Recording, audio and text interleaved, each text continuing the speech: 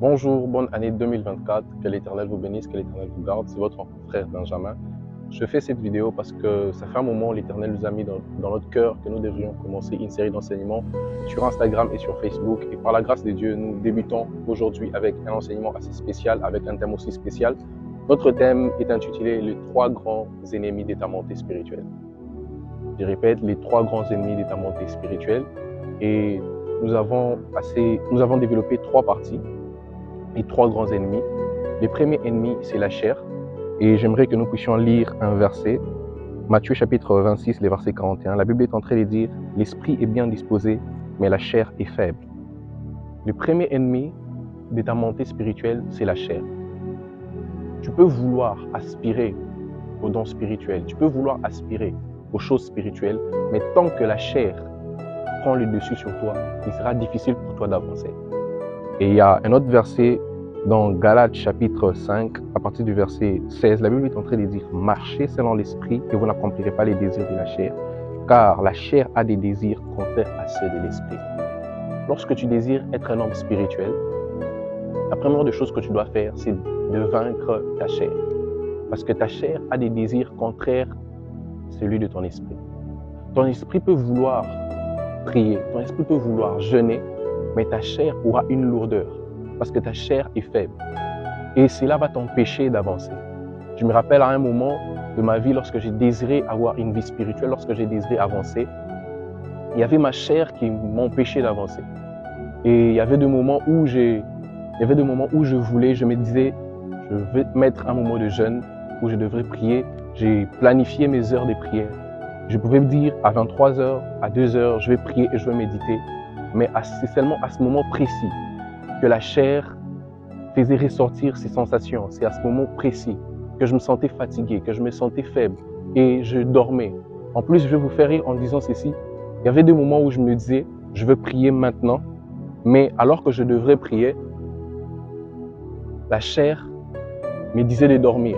C'est comme si la chair et ton lit te poussaient à dormir. Et c'est les plus grands combats que tu vas mener lorsque tu voudras atteindre une vie spirituelle, c'est de vaincre ta chair. Et la chair, lorsque tu aspires aux choses spirituelles, la chair sera le premier ennemi qui sera devant toi, qui voudra t'empêcher à monter. Pourquoi? Parce que la chair a des désirs contraires à ceux de l'esprit. Tu peux vouloir jeûner, mais la chair te dira de manger. Tu peux vouloir prier, mais la chair te dira peut-être de faire autre chose. Mais le problème qu'il y a là, tu dois vaincre ta chair. Et tu pourras peut-être te poser une question en te disant « Comment est-ce que je peux vaincre ma chair ?» Eh bien, il y a quelque chose que l'apôtre Paul nous a dit. L'apôtre Paul a dit « Je traite durement mon corps ». Je vais prendre cette petite partie-là où il dit « Je traite durement mon corps ». Ce verset peut parler de beaucoup de choses, mais j'aimerais que vous puissiez la comprendre de cette manière. Lorsque quelqu'un traite durement son corps, c'est afin que son esprit puisse monter et que sa chair perde l'emprise sur lui. Parce que lorsque tu es un homme spirituel, tu dois être une personne qui a déjà brisé la chair en lui et qui vit selon l'esprit. Et beaucoup de gens n'arrivent pas à cela. Pourquoi? Parce qu'ils n'ont pas eu encore à développer cette vie de sacrifice. Tu dois être quelqu'un qui sacrifie son corps afin d'être un homme spirituel. Les hommes spirituels, ce sont des personnes qui ont renoncé à leur chair. Les hommes spirituels, ce sont des personnes qui ont renoncé au désir charnel et ils ont accepté de vivre selon l'esprit. Et vivre selon l'esprit, c'est de marcher avec le fruit de l'esprit. Et beaucoup de gens ont ces problèmes-là. Ils veulent être des hommes spirituels, mais c'est la chair qui les retient. C'est leur propre chair qui est en train de les retenir. Et j'aimerais te dire, tu veux avancer, tu veux avoir une montée spirituelle, tu te dois de marcher selon l'esprit. Tu te dois de traiter durement ton corps. Et quand je parle de traiter durement ton corps, je ne parle pas d'aller te fracturer parce que tu pries. Non, traiter durement son corps, c'est même lorsque tu es fatigué, tu pries. Même lorsque tu es fatigué, tu médites. Même lorsque tu médites, tu ne comprends pas. Continue. Parce qu'il y a une puissance qui vient lorsqu'on médite. Il y a une puissance qui vient lorsqu'on lit la Bible, même lorsque tu ne comprends pas. Il y a une puissance qui quittera la Bible, qui viendra auprès de toi. Et lorsque cette puissance viendra auprès de toi, tu vas te rendre compte que petit à petit, la chair va commencer à perdre le contrôle sur toi. Petit à petit, tu vas te rendre compte que l'homme spirituel en toi va naître. J'aimerais te dire une chose. Lorsque les gens mangent, c'est pour grossir, excusez-moi. Mais lorsque tu jeûnes, physiquement tu grossis, mais spirituellement tu prends de la masse. Pourquoi? Parce que le jeûne rend notre esprit fort. La méditation rend notre esprit fort. Et lorsque quelqu'un se met à vivre selon l'esprit, et lorsque quelqu'un désire être un homme d'esprit, ça doit être quelqu'un qui a déjà abandonné à vivre selon sa chair. Parce que selon les dictionnaires, on nous dit la chair est l'ensemble des désirs physiques.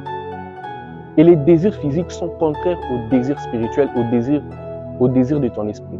C'est pourquoi tu dois mener ces grands combats. Ça peut être difficile pour toi d'abandonner les œuvres de la chair, mais par l'aide du Saint-Esprit, tu y arriveras. Par l'aide de la prière et en demandant de l'aide au Saint-Esprit, tu y arriveras. Le deuxième combat que tu vas mener, c'est les fréquentations. La Bible est en train de dire, dans 1 Corinthiens chapitre 15, les versets 3, « Ne vous y trompez pas, les mauvaises compagnies corrompent le bon mœurs. » Lorsque tu es un homme spirituel, tu te dois de marcher avec les hommes spirituels. Récemment, j'ai entendu une phrase dans mon cœur qui est en train de dire « Tes fréquentations déterminent ta spiritualité. » Lorsque je regarde ton entourage pourra me dire quel niveau spirituel tu es.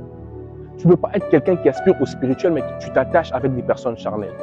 Tu ne peux pas être un homme spirituel, mais tu t'attaches avec des personnes qui ont encore les passions de la chair en eux.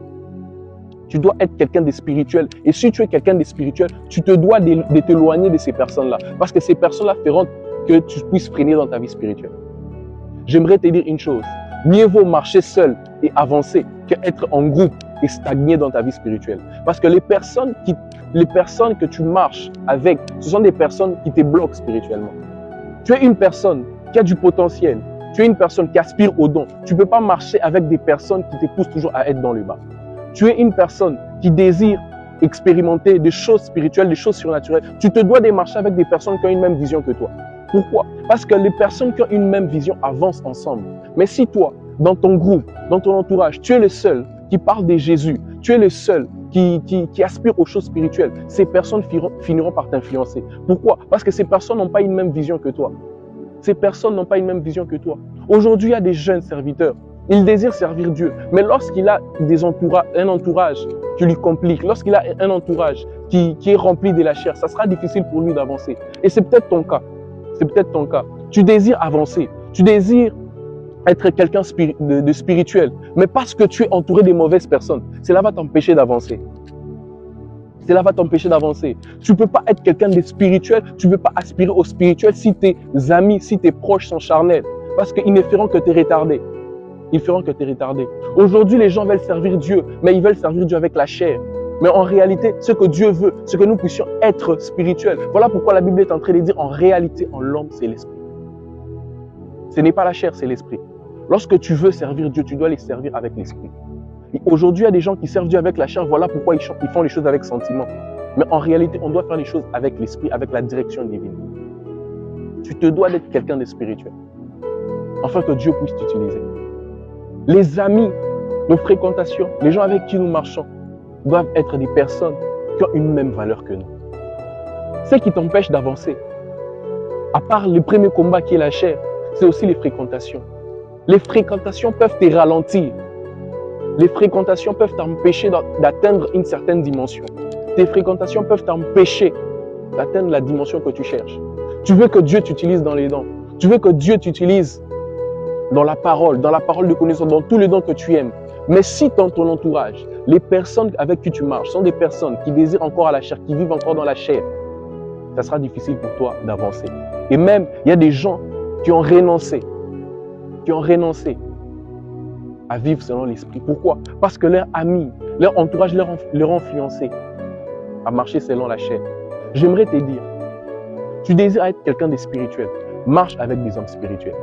Tu désires être quelqu'un de fort spirituellement, marche avec des personnes qui sont fortes spirituellement. Même lorsque toi tu es faible et que ton entourage, ce sont des personnes fortes spirituellement, ces personnes-là vont t'amener aussi dans des hauteurs.